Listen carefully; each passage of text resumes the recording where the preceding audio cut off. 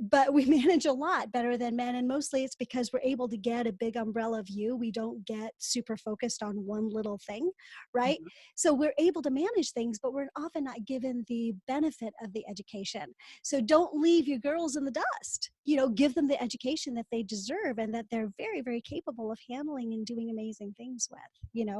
Oh, absolutely. Absolutely. You said that put very well. And just even for, in your 20s and 30s, that 10 years, like I said, play with that compounding interest calculator, and you can pick whatever one online. It doesn't matter. Go to Google.